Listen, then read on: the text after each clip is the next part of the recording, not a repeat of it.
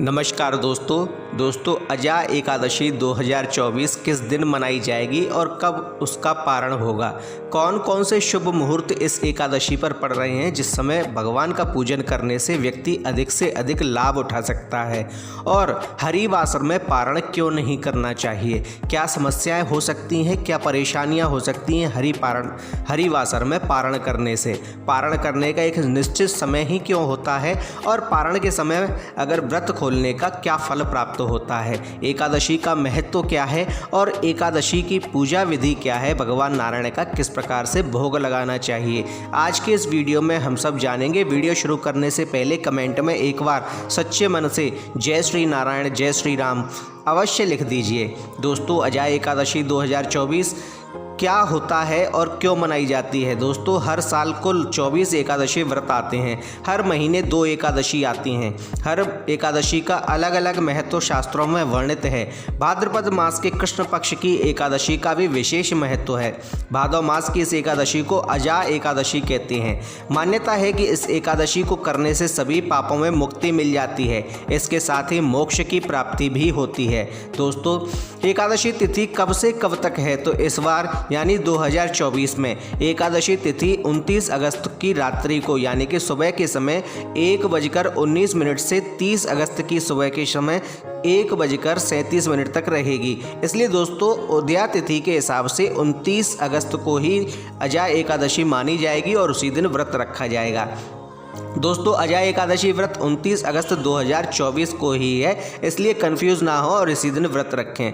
दोस्तों अजा एकादशी के पारण का समय क्या है, तो दोस्तों अजा एकादशी व्रत का पारण 30 अगस्त 2024 को किया जाएगा। व्रत पारण का समय सुबह 7:49 से सुबह 8:31 तक रहेगा।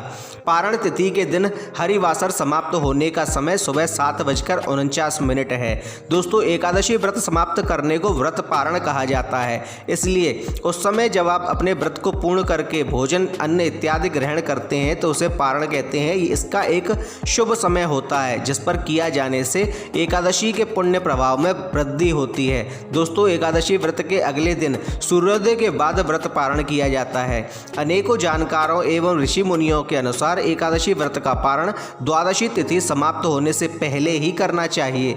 ऐसा जरूरी होता है। अगर द्वादशी तिथि सूर्योदय से पहले समाप्त हो गई तो एकादशी व्रत का पारण सूर्योदय के बाद ही समाप्त होता है। एकादशी व्रत का पारण द्वादशी तिथि के भीतर न करना पाप समान माना जाता है, इसलिए इस बात का ध्यान रखें कि आप द्वादशी तिथि में ही अपने एकादशी व्रत का पारण अवश्य कर लें।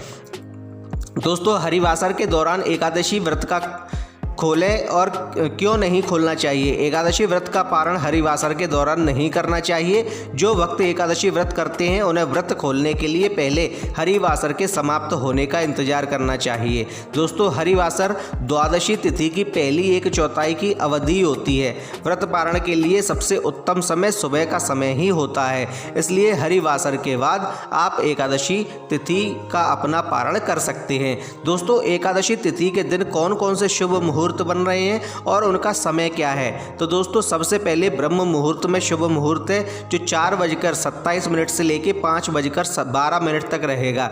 फिर प्रातः संध्या के समय यानी कि जब सूर्योदय होता है तब 4:50 से लेके 5:57 तक ये बहुत ही शुभ मुहूर्त रहेगा। अभिजीत मुहूर्त रहेगा 11:55 से 12:46 तक। उसके बाद विजय मुहूर्त 2:29 से 3:20 तक।